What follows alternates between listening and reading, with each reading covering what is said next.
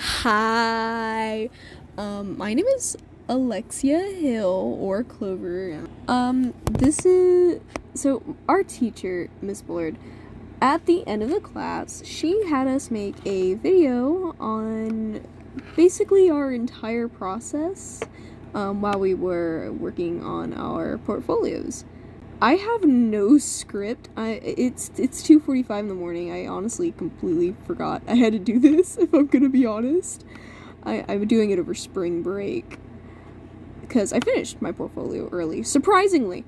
Not to sound like a narcissist, but you probably won't be able to do that. If you're nerdy enough to take an AP art class, you're probably taking other hard classes too.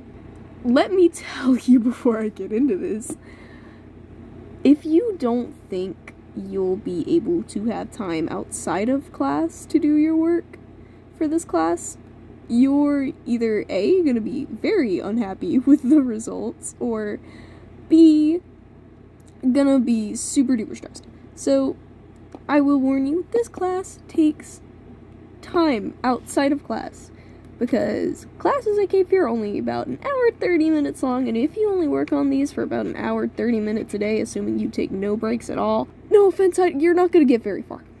So, now that that warning's out of the way, here is a tour of my portfolio. So, for AP Art, you have to do this cool little thing called written evidence. Now, if you're a nerd, like I was, that shouldn't be too much of a problem.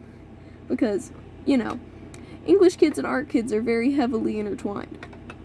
Nothing wrong with that. It's just the natural course of life.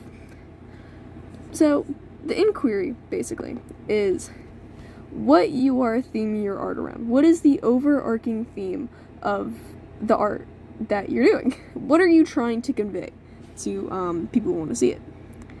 And my inquiry was, how can I explore my feelings of how I see myself versus how I actually appear through digital art? Corny, I know. I've heard it a gazillion times before, but you know what? The people who are grading this like corny stuff. They want to see corny. They want to see what little deep thoughts are running through your mind. They don't even have to be deep. Your inquiry guides your sustained investigation. Sustained investigation is basically the worse art you make. Yeah, that's short and simple. It's what you make based off of the inquiry that guides it, which it'll tell you through the whole, College Board thing. By the way, look at the College Board, please, because if you don't, and you start just going off of vibes only, you're not gonna have a good time. If you write it out first, like your thoughts and what you want to do with your inquiry, it's a lot easier to make your art based off of that. I do not have my score back from College Board yet. I took this class in the second half of the semester. So, if you follow my advice and get a not so good score on your AP Art portfolio, don't blame me. Well, you probably should blame me. It's probably better if you ask, Miss Bullard, or follow actual College Board instructions, or maybe other students who are confirmed to have gotten a 5. Which, it is handy to, basically, look up what, other students have done. Like, you can look up portfolios, because College Board releases certain scores and certain portfolios to show students what to go off of. Basically, you can look it up, you can see, okay, how did they answer this? How did they word this? Obviously, don't copy their inquiry and their pieces of art. That's just mean.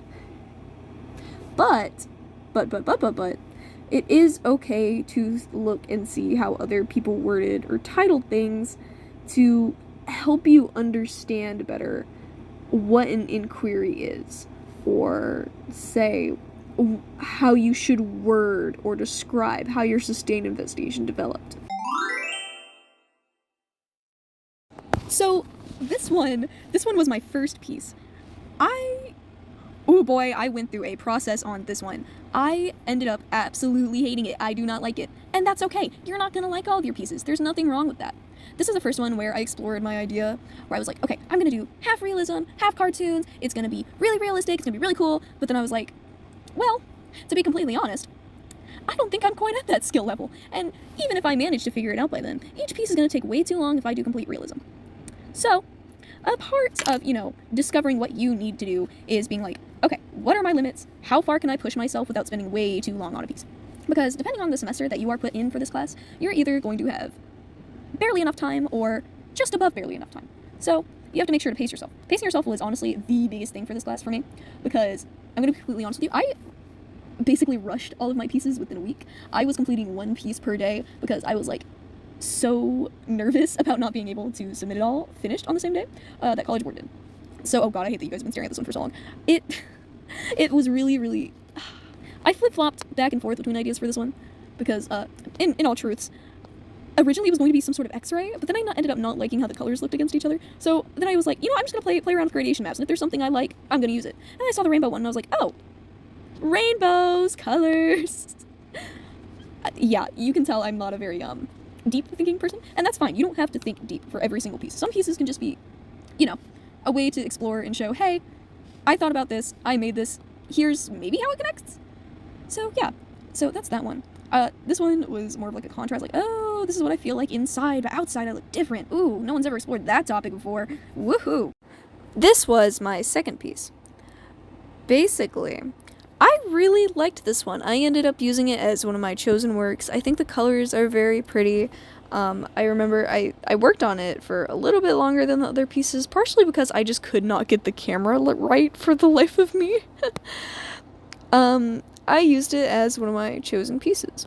Now, you can see that if I put the image on screen, I hope I put the image on screen, for chosen pieces, right, if you're doing digital or if you're doing physical, it is good to basically, it is good to put together a collage of your process and your thoughts behind it to, really show to the grader who is grading your works that, hey, this is my process, some things changed, some things didn't change, I explored my ideas here, and it basically allows you to go into a deeper work than the little paragraph, God, it's barely a paragraph, than the little paragraph it gives you.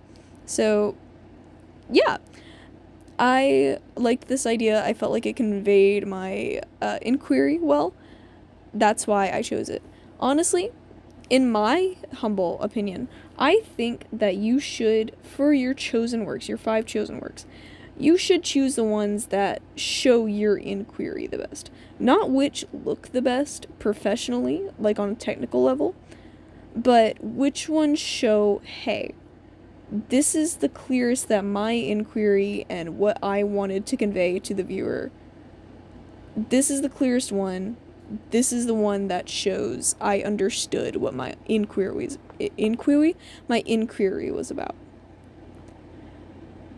Yeah, you don't have to be a perfect artist. Listen, I wouldn't consider myself skilled. I wouldn't. I draw, it's a hobby. It's not something I'm seriously considering a career in. You can be mediocre. You can be great. You can be mediocre. You can be bad. As long as you convey your idea, then the graders will at least give you a 3. I'm pretty sure they'll at least give you a 3. And that's okay. You don't have to be perfect and get a 5 on everything. Obviously, you should strive for a 5, put in the effort as if you were going to get a 5. But it's okay.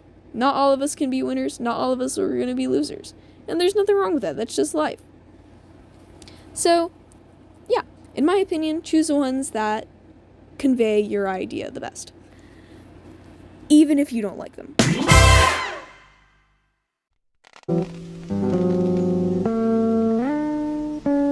People pay attention.